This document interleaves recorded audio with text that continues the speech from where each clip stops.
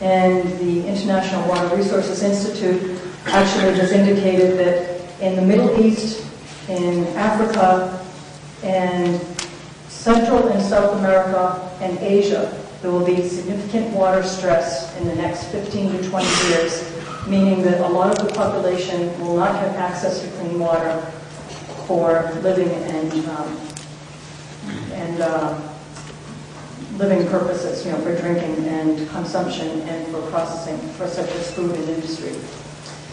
Worldwide energy needs, I think this is an area where people aren't aware that there's a close interconnection between energy and water, that the energy systems that are in place today around the U.S. require a significant amount of water for cooling. Most of the plants, energy plants, are actually require about 40% of the surface water for cooling. So we have a huge requirement for water needs to generate the electricity we have.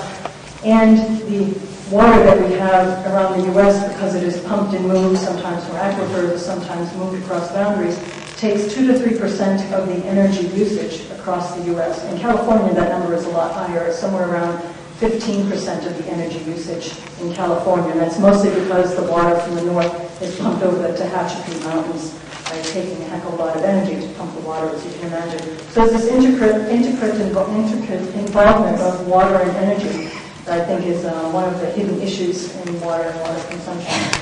And political battles over water are becoming at the forefront, and we've seen some of these in the front page of the newspapers over the last several years. So no surprise that Fortune magazine talked about water becoming the oil of the 21st century, and the Secretary General of the UN a few years ago echoed that comment in his own observations from some of the water disputes that he was seeing on a worldwide basis as head of the UN.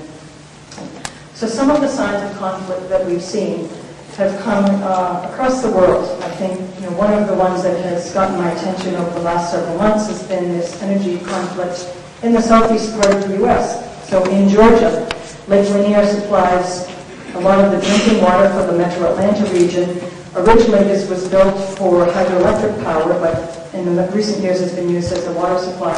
It also provides a lot of the water for the ecosystems in Alabama and Florida. So there's an agreement with water sharing amongst those states. But as the lake dried up from the drought over the last 6 months, there is a concern about the water availability for people living in the Atlanta region. And Florida and Georgia started in a significant dispute over the water availability and whether it should be for human consumption or whether it should be for the survival of the ecosystem, meaning the fisheries and the environment downstream.